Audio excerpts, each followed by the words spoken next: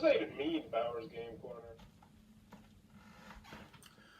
Ahoy there, YouTube! I'm back again today for another game preview, another special Kickstarter preview, and today I'm very excited to check out Total Recall from Overworld Games. This is for 4 to 8 players, ages 12 plus. It'll take about 25 to 45 minutes to play. And Total Recall, obviously, is the very popular 80s action movie starring Arnold Schwarzenegger, and this is the card version of that game, but it's based in the Good Cop, Bad Cop universe, so it's very similar to the Good Cop, Bad Cop game, a game that I absolutely love. But this one does have a couple different quirks and some unique things, including a third team that you'll be able to join if you die. What am I talking about? Let's open it up, and I'll show it to you. Alrighty then, we're going to take a look at what you're going to get inside of Total Recall. Before we get started, I do want to mention this is the promotional copy I have in front of me, so take everything you see here with a grain of salt. Obviously, this is a Kickstarter version, so your rules are not going to look like this. But right now, these are the rules that I have. Yours are probably going to be a nice, informative little sheet. But even with these simple rules that I have here in an MS Word document, it's easy enough to figure out how to play the game, and so the rules are pretty straightforward. So, Total Recall is a Good Cop, Bad Cop-esque game where there's going to be a lot of similarities to Good Cop, Bad Cops, but there will be a few differences from time to time. So first and foremost, what you're trying to do is you are trying to assassinate the leader of the other team. So you're either going to start and be on the red team, the Fed team, or the blue team, the rebel team. And you're going to try to assassinate their leader. You do that by shooting him once with your gun and then shooting him again. Because once someone gets shot, they get the wounded token. If they get shot twice, then they're dead, and the other team wins the game. But this game adds a third unique team called the Scientist. And the Scientists are going to have a completely different objective where they are trying to get all of the currency in the game on their team. So they are going to try and get all the currency in the game for themselves. So let's take a look at the components, then we'll get into the gameplay. So component-wise, you're going to have a whole bunch of these cards right here that will be blue or red in the upper right-hand corner. It will tell you which ones you need to take out depending on the various different player count. The two important cards you're going to have are the Rebel Leader and the Fed Leader. So how this works is, let's say you're, for instance, playing a 6-player game. You're going to start with these two cards. And then you're going to get 2 red and 2 blue, and then you are going to shuffle them all up and deal them out. So you're guaranteed that the same person will not get both cards, because if somebody ever gets both cards in the game, then they automatically win the game by themselves. So everybody's going to get one of these cards, and then you're going to deal out the remainder of the cards. So everyone is going to have 3 cards in front of them, and they will be able to look at these 3 cards and then position them however they see fit. So right now, I am going to be a Fed. I'm going to be on red because I have 2 red cards. Now, if this were the Rebel Leader, then the Rebel Leader would actually supersede the fact that I have 2 red cards. So if you get a leader, you are automatically that color. Put them down. You're going to want to remember where they are, because that is a very important aspect of the game, is remembering where your cards are. Next, you are going to get 1 plot card. And plot cards are like action cards in this game. They do all sorts of wildly crazy stuff. They kill people, they steal things, they point guns at different people. If you could imagine a Jump the Shark card, this game is just filled with cards that do all sorts of crazy things like that. You're also going to get 1 Turbinium, which is this right here, and you're going to use that for various different aspects of the game, and we'll show you that as we progress through. Now, one thing I want to mention that I really like about this is the fact that all your actions are down here that you can take on your turn, and you're only going to have 4 potential actions you'll be able to do on your turn. You're also going to get 1 gun, which is going to start not pointed at anybody. It's just going to be to your side.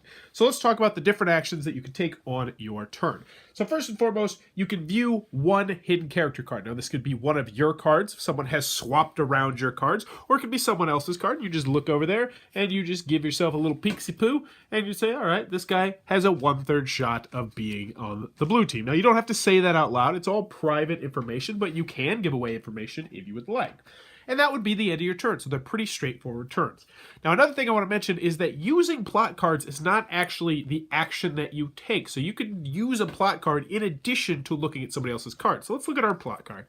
Choose 1 player other than yourself. They take 1 Turbinium from the supply, and they draw 1 plot card. So this would be a great card if you knew someone was on your team, or if the Scientists were about to win the game, because then you'd put another precious Turbinium into the game. But obviously right now, this early in the game, we probably would not do that. The next action you'll be able to take on your turn, you can only take 1 action per turn, I want to remind you, is you can aim your gun. So you expose one of your hidden character cards, you flip it over, you show it to everybody, and it's going to stay face up. Boom. And then you are going to aim your gun at whichever player you'd like. And you're going to specifically say, this is aimed at you, Timmy. And then you also rob them of all their turbinium. So you are going to take all of their gems they might have. So let's just say this guy has 2 gems because he played a card or something that gave him turbinium. You would take both of his turbinium, and now you have 3 very valuable turbinium, but at the cost of giving up 1 piece of valuable information to everybody at the table. The next action you can take, and you can obviously only take this after you point it against somebody, is that you can shoot a player. And when you shoot someone, if they are not a leader, then they are dead. Just plain and simple. There's player elimination in this game. Well, no, there's not. There's player elimination in the original game, but they are not going to be winning for the red or the blue team. So if you shoot somebody and they're not the leader, they say, oh, they flip over their cards and say, I was not the leader. Oh, actually, this person was the leader. So let's just cheat and say, oh, that's the leader too. We'll say, yeah, they were on the red team. So that was good for us. Actually, it was bad for us because if we recall correctly, we are both on the red team. So we put our gun down to the side. Now, this player over here is no longer on the red team. He actually flips over his player board and he becomes a scientist. They still have turns, but as I mentioned, their goal is to get all of the currency in the game. And so on their turn, they're going to take 1 action. They can take 1 turbinium from any player. So they're just like, boop, I'm going to take that. They can choose a gun that is aimed at a player and aim it at a different player so they can kind of redirect things. Or they can do what's called lobotomize, choose 2 character cards held by different players and exchange them. So at this point, they just kind of become tricksters. They're trying to manipulate the game long enough that they can steal turbinium to win the game.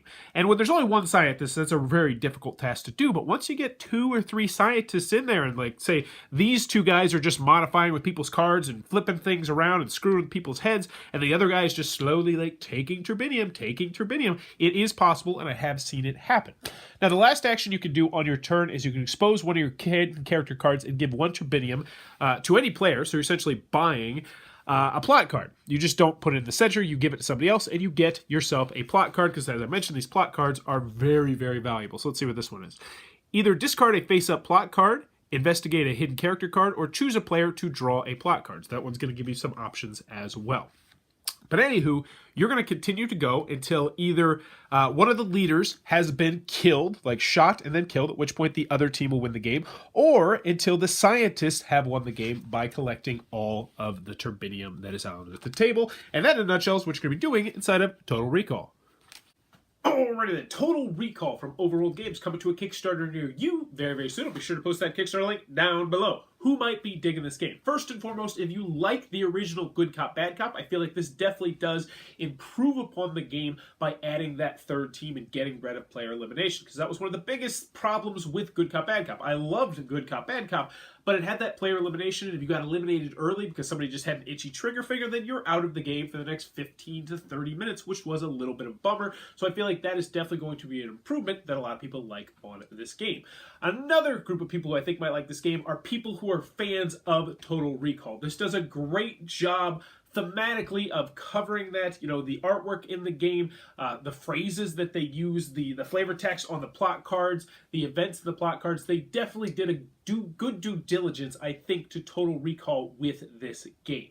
Finally, if you're looking for a game that accommodates up to 8, which is always a difficult task to do, this one definitely might be for you. It goes up to 8 players, and it plays 8 players very smoothly. In fact, I would argue that 6 and 8 players, especially in pretty much every game of the Good Cop, Bad Cop line, Good Cop, Leaders of Euphoria, and this game, is the best way to play, because there's just more interaction, more things, more teams getting involved, more people joining the scientist team, so there actually is 3 viable teams fighting it out. But that is Total Recall from Overworld Games. If it looks like it might be your cup of tea, be sure to check out that Kickstarter link down below. If you're enjoying what I'm doing, please be sure to click on that subscribe button down below, and in the comments below, let me know. Arnold Schwarzenegger, what is your favorite Arnie movie of all time? Of all time. This is going to shake some heads. You know, I love Terminator 2. I actually really like Terminator 3 as well. I just love that twist ending. But it's actually, I think, going to be Jingle All the Way. I love that movie for some reason. I remember growing up as a kid and really liking that. I also really like Last Action Hero. I don't know why that one didn't get more of a better buzz. But I've also liked some of his newer stuff, too. I really like him in The Expendables, and I'm just a big Arnold Schwarzenegger fan in general. But let me know in the comments below. What is your favorite Arnie movie? And as always, thanks for your time, YouTube.